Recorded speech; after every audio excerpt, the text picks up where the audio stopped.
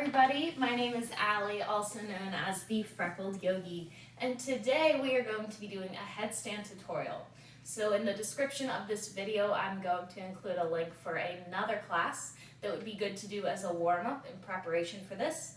But with that being said, we will do just a teeny tiny little warm-up before we get going. So let's go ahead and find our way to a tabletop position. You're going to want to have hands beneath shoulders, knees beneath hips. Rock the weights forwards and backwards a couple of times. And then we're going to come to stillness with the shoulders right over those wrists.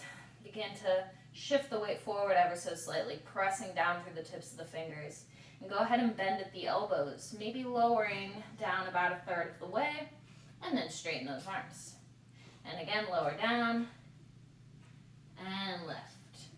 Now the goal is to be able to press yourself up with that same level of strength and control.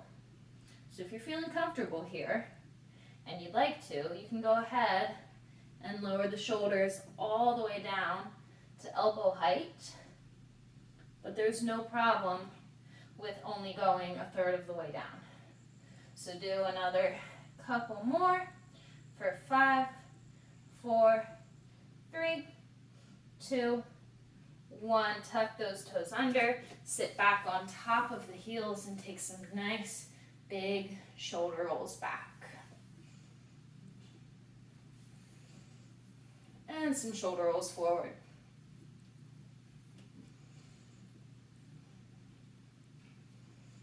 And we're going to go ahead and sit on up, stacking our hips over the knees. You can go ahead and untuck those toes. If you need a little extra cushion beneath the knees, you can fold your mat under or use a little blanket or a towel. What we're going for here is a nice long line through the body. So we want to have hips over the knees, shoulders over the hips, crown of the head lifting your spine up nice and long. Go ahead and tuck the tailbone under just ever so slightly. We're going for a neutral lower back. Then you want to feel the tips of the ribs here.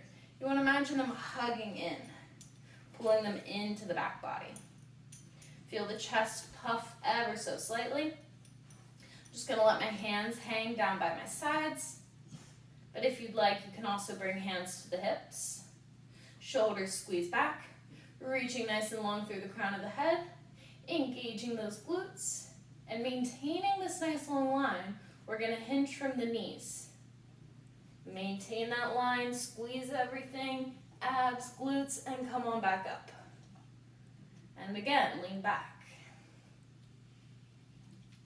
And come up. Let's go ahead and bring hands to opposite shoulders. Come on back. And forward. And 2 more. Lean back. Forward. And last one. Come on back. And go forward. Now let's go ahead and get to our actual headstand. So in order to do that, I ask that you have some sort of a block or something that you could put your feet on top of. So what I have here are 2 blocks for that. So I'm going to come on over to the wall and just place my blocks here for now. Now, the biggest thing that you want to keep in mind with your headstand is that we're trying to create a tripod effect. So we want to have 3 points in contact with the ground. So what that would look like, imagine that you are the ground here, is we're going to have the top of the head in contact with the earth, the forearms, and then the elbows. So this is creating our nice tripod shape. Now, the way that we set up for that shape is to come to kneeling, take those forearms, stack them down on the earth, fingertip to opposite elbow, and then you're going to want to keep those elbows exactly where they are, extend through the hands, interlace those hands, and then we're going to take the top of the head and bring it down onto your mat so that the back of your head is in this nice little basket that your hands are making. So that looks a little something like this.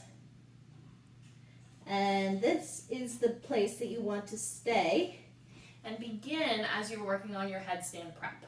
So a lot of times what will happen is as you put the head down, your elbows will want to splay out. So be cautious of that. Keep those elbows engaged. Keep pulling them in so that we've got those deltoids that can take over that strengthening aspect for us. And then you're going to want to make sure that you find that nice flat-ish part of your head. So if you feel your head, and you can do this with your block or your book, sit up nice and tall, take that block or book, and move it around until you find that spot where it can come to a stable position.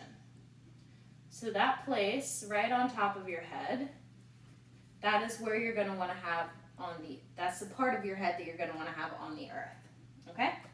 So, another thing to keep in mind when you are just getting started with your headstand, it's a very new feeling for your body to be upside down. So you might be spending a couple days, a couple weeks, just getting yourself used to head and forearms on the earth and working from there. And I'm going to take us into those next steps. But please keep in mind, as we're moving throughout this video, I'm going to move at a much quicker a much quicker pace than you would move in your own personal practice. So for me, it took me probably a good year or two before I was able to find a nice comfortable balance away from the wall with my headstand. So take your time, you're in no rush, and please pause and work wherever you would like throughout this video. So with that being said, we are going to come to our knees, bring those forearms down to the earth, fingertips to opposite elbow, extend those hands, making your nice triangle shape. Interlace the fingers. This basket part of your hands is going to come to the back of your head. All right? Now from here, you're going to want to think about pressing your shoulders away from your ears, creating space along your neck. Go ahead and tuck the toes under. Begin to lift the knees up off the earth and lift the hips up to the sky. Now this is another really great place to work in your headstand. You want to try and stack the hips up over the shoulders. Keep pressing the shoulders away from your ears, letting the elbows and the crown of the head ground into your mat. All right, so that is your second step, and that is a place that you might decide to hang out for a while. Another thing that I would like to add is anytime you go upside down and you come out of it, I'm going to just ask that you go into a child's pose. That just helps the blood flow revert back into its natural pattern and kind of helps you from getting a little bit too lightheaded. So let's say that you did those 2 steps and it was feeling pretty good for you. So let's head back into it. You have the hips stacked. You maybe try walking the feet a little closer. And as that starts to feel good, you're going to begin working pulling one knee into your chest. And as you're pulling the knee and the thigh into your chest, you want to imagine almost giving your knee a kiss. Really hugging it into the belly. And then go ahead and switch, try the other leg. Keeping the hips stacking over the shoulders. Shoulders press away from the ears, pulling the thigh into the chest, and step that foot down. That is your second place, or your third place rather, to work your headstand. Now let's go ahead and grab those blocks that I had you get from before. If you don't have any blocks, a couple of big books would work well to stack them on top of each other, or even like an Amazon box that you fold in, so that way you have a nice solid sides on all edges. All right, so if we have those blocks, we're going to start with just one. And we're going to have the block right in between those feet. Sit back on top of it. Let's go ahead and bring those forearms down to your mat. Extend the hands. Interlace the fingers. Crown of the head down to the earth. Press through the forearms. Press the shoulders away from the ears. Go ahead and tuck the toes under. Lift the hips up to the sky. Now from here, we're going to bring our feet up on top of our block. Now we're getting used to having the hips slightly higher over the shoulders. And the same thing as that last drill, you try pulling one leg in at a time.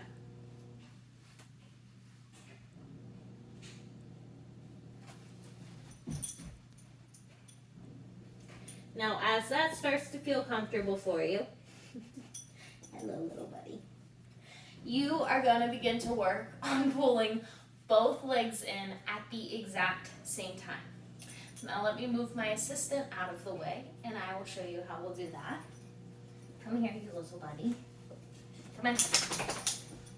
Come on. Good boy. Sit. Very good. Stay. Okay.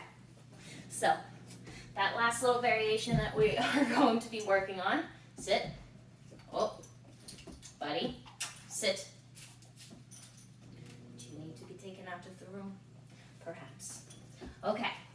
In an effort to not re-record this whole video, let me take Doc out of the room.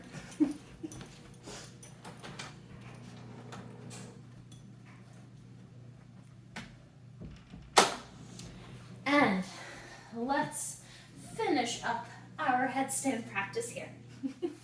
So, we've got that block, we're sitting on top of it, forearms down on the earth. You've gotten comfortable with pulling one leg at a time. And now you'd like to try pulling both legs in at the same time. If you have a friend that could stand behind your back, that's the best way that I recommend to do it. Is to have somebody stand right back here. And that way they can act like your wall, but without giving you too much support. So you could have them kind of spot your hips, and so that way you don't feel like you're going to fall all the way back over. Now, let's say you don't have a friend to practice with you currently, then we are going to utilize our wall for this. So we're going to come closer to the wall. And before you get to the wall, really practice those single leg pull into the chest without the wall. You don't need the wall for that. As soon as you move to the two legs, that is probably where you're going to want to add the wall in, so that way you can work kind of getting over that sense of fear in having both of those feet up off the earth. It's very supportive to have the wall behind you. So with that, we're going to take our block, same idea, sit back on it. I'd say you want to have about 6 inches away from the wall and your hands. So you're going to set up the same way we've been doing. Fingertips opposite elbows, interlace the hands, crown of the head on the earth. Stack those hips up over the shoulders. Walk your feet onto your block. Pull the legs in, 1 foot at a time. As that feels good, both feet at the same time, and then you have the benefit of the wall being right there to catch you if you happen to roll a little too far. And this is where you're going to work for quite some time. As this starts to get comfortable, eventually you're going to work on straightening the legs. Still keeping the hips stacked over the shoulders, reaching the toes up to the sky, but really working in that tuck is where you're going to want to be for quite some time to help you establish that strong foundation of connecting through the forearms, through the top of the head, and finding the stack of the hips over the shoulders. So I hope that that tutorial was helpful. Please let me know if you have any other questions. I'm happy to help, and I will see you next week for another practice. Namaste, and thank you for joining me.